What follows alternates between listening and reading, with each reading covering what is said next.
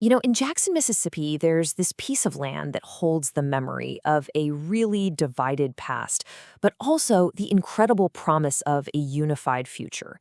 We're talking about the story of Lake Hico, and it's a story that has put an entire city at a crossroads, forcing it to decide what it truly wants to be.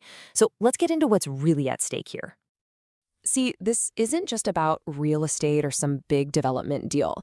It's about a fundamental choice. The real question we're digging into is this: how can this empty, drained lake bed become a reflection of a city's very soul? And the whole story starts with a number that's kind of hard to wrap your head around: 640.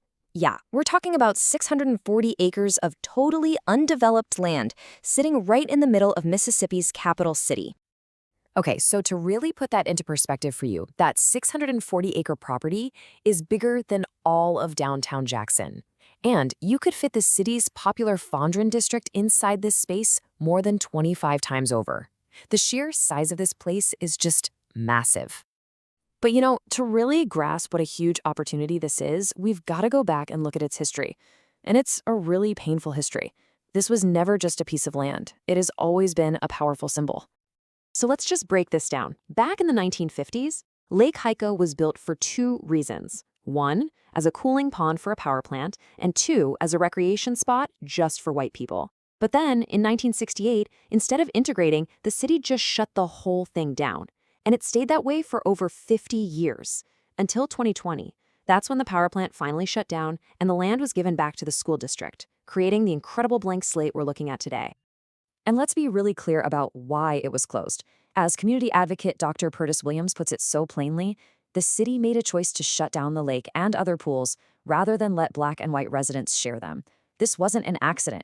It was a very deliberate act to resist integration. And you have to understand, this wasn't just some abstract policy. It had a real personal impact on people's lives. Harvey Johnson, who would go on to become Jackson's first Black mayor, remembers growing up and knowing that this beautiful lake was right there, a community resource that he was completely forbidden from ever enjoying. And that history, that painful story of exclusion, is exactly what makes this moment so incredibly significant. This empty land isn't just an opportunity. For a lot of people, it represents a real chance at redemption. Okay, so here's a really crucial detail you need to know. The Lake Hico property is what's called 16th section land. All that means is that it's managed by Jackson Public Schools, and they have a legal responsibility to use it to make money for education. So you see, it's not as simple as just turning it into a park. Its main job has to be supporting the schools. And believe me, the stakes here could not be higher. Roy Decker, he's the architect working on the early plans, is not exaggerating when he says this. I mean, a 640-acre blank canvas in a capital city, this is a once-in-a-century kind of opportunity. It just doesn't happen. And right there, that's the heart of the debate, isn't it? After decades of being a symbol of who gets left out, how do you redevelop this land in a way that actually serves everyone?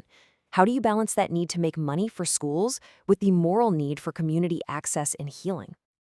So as you can imagine, this whole debate has kicked off a ton of ideas, and they pretty much boiled down to two different ways of thinking about what to do next.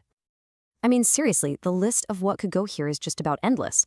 People have thrown out ideas for everything from affordable housing and retail shops to urban farms, STEM programs, big concert venues, even solar farms. The potential to create a really amazing mixed-use community is absolutely there. But all those ideas really funnel into two big competing visions. On one hand, you have this idea of a grand transformation, a massive 30-year master plan led by big developers to create a regional economic engine. And on the other hand, there's a call for something different, a community-first restoration unfolding over a much faster 10-year timeline with a focus on equity, public access, and education. Okay, so you've got these huge visions on the table. But what do the actual people of Jackson think? The people who have to live with whatever happens next? Well, their voices are this mix of real hope and some very deep-seated concerns. At the public meetings, residents have been crystal clear about what they want. They're demanding transparency. They want real, meaningful involvement, not just to be listened to. And they're asking that this development doesn't just happen in a bubble, but that it includes investment in the neighborhoods all around it. But honestly, the biggest thing, the one that comes up over and over again, it's trust. And nothing captures that feeling better than this quote from a resident at one of the community meetings. There is a deep, deep skepticism that's been born from history, and the community is making it known that they are putting leaders on notice. So how did officials respond to that? Well, the JPS superintendent heard it loud and clear. He's promised to create a work group, not a watchdog group. He's basically saying, don't just watch us from the sidelines, roll up your sleeves and work with us. It's an invitation to shift from suspicion to collaboration. And when you strip everything else away, this is what it's really all about. Like community advocate Dr. Pertis Williams says, this whole thing is about so much more than development plans or dollar signs. It's about a moral obligation, about what we owe each other. Okay, so we've got the history, we've got this massive opportunity, and we've heard from the community. What's the actual plan to move forward from here? Well, this is the journey, and it's really just getting started. First step is a 6-month phase to create a framework plan, basically gathering all this community input.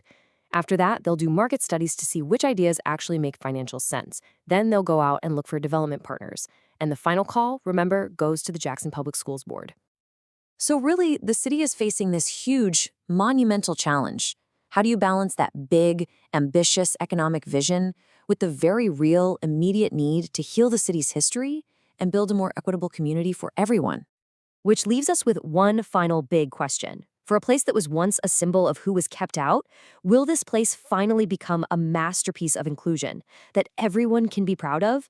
Or will it just become another portrait of a historic opportunity tragically missed? The next few years are going to tell the story.